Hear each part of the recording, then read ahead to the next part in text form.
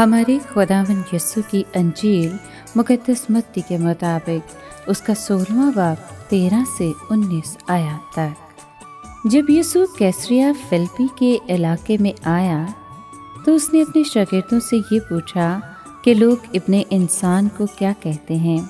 उन्होंने कहा, बाज़ यूहन्ना इस्तबाकी कहते हैं, बाज़ एलियास, बाज़ यिर्मयाह या अंबिया में से कोई।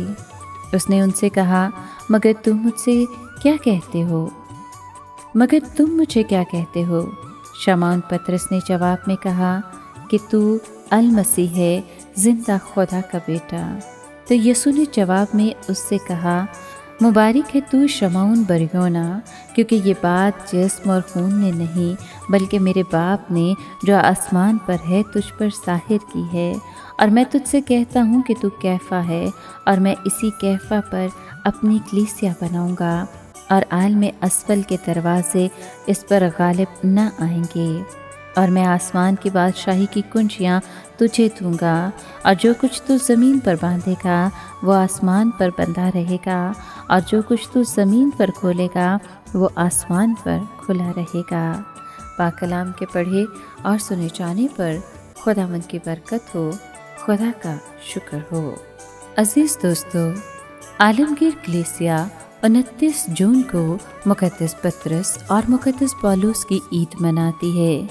मुक़द्दस पतरस और मुक़द्दस पौलुस इब्तदाई कलीसिया के अजीम रहनुमा, मुअम्मार और शहीद हैं, जिन्होंने खुदावंद की कलीसिया को मजबूत ईमानी, रूहानी और अखलाकी बुनियादें फ्राहम की। मुक़द्दस पतरस तमाम शागिर्दों में अव्वल और रसूलों के सरदार हैं। पतरस 12 शागिर्दों के ग्रुप का फितरी कायद था। वो पुरजोश, पुरइश्तियाक, मुतहरक, बाएतमाद और दलेर था, लेकिन साथ ही वो बेक़याम और कमज़ोर भी था, और बड़ी आसानी से एक इंतहा से दूसरी इंतहा की तरफ बह जाता था। मुक़द्दस पतरस अमूमन शागिर्दों की नुमाइंदगी करते हुए यीशु से सवाल करते, सवालों के जवाब देते और अपनी राय भी देते नज़र आते हैं।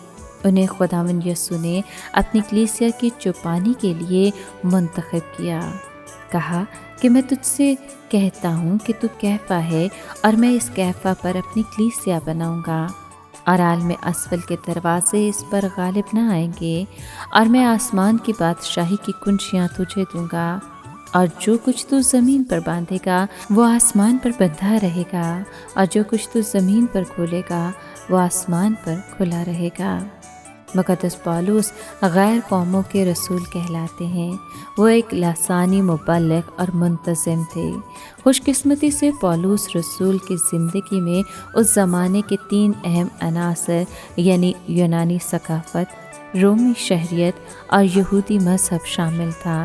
ये पस मंज़र आने वाले सालों में मुक़द्दस पौलुस रसूल के लिए खुदावंद की अंजील की बशारत और मसीही अकायद व तालीमात के प्रचार के लिए बेहद सूदमंद साबित हुआ।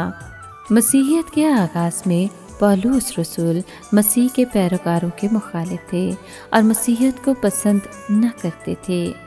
आप खुदा की शरीयत के लिए एक ऐसे गैरतमंद थे कि मसीहियों को ऐसा देने से भी गुरेज न करते थे। मगर दमिश्क की राह पर जी उठे मसीहा से मिलने के बाद उनकी ज़िंदगी बदल गई। खुदावंद यीशु ने उनकी बाबत फरमाया, ये मेरा चुना हुआ वसीला है कि मेरे नाम को गैर कौमों और बादशाहों और बनी इसराइल पर ज़ाहिर करे, और मैं इसे दिखा दूंगा कि मेरे नाम के लिए इसे कितना दुख उठाना पड़ेगा। मुक़द्दस पौलुस रसूल ने खुदावंद यीशु की अंजील के प्रचार के लिए सबसे ज़्यादा मेहनत की। ये उनकी दूर अंदेशी, आलमगीर निजात के लिए विजन और उम्दा मिशनरी पासबानी और इंतज़ामी हिकमत अमली का नतीजा था कि मसीहत उस वक्त की मालूमात दुनिया में फैल चुकी थी। मुक़द्दस पतरस और मुक़द्दस पौलुस की ईद मनाते हुए आए मुक़द्दस पतरस रसूल के जानशीन पापा आज़म फ्रांसिस के लिए दुआ करें कि खुदावंद उन्हें अपनी बरक़ात और फ़ज़ाइल से नवाजे, ताकि उनकी क़यादत और रहनुमाई में आलमगीर कलीसिया पतरस और पौलुस के नक्श कदम पर चलते हुए खुदावंद यीशु मसीह की अंजील का प्रचार करती रहे। یہ عید تمام مومنین کو بھی دعوت دیتی ہے کہ وہ اپنی روزمرہ زندگی، خدمت اور کردار و اعمال سے مقدس پطرس اور مقدس پولس کی مانند نجات کی خوشخبری پھیلاتے رہیں، زندگی بخش اقدار کے فروغ کے لیے کام کرتے رہیں۔ آپ سب کو مقدس پطرس اور مقدس پولس کی عید مبارک ہو۔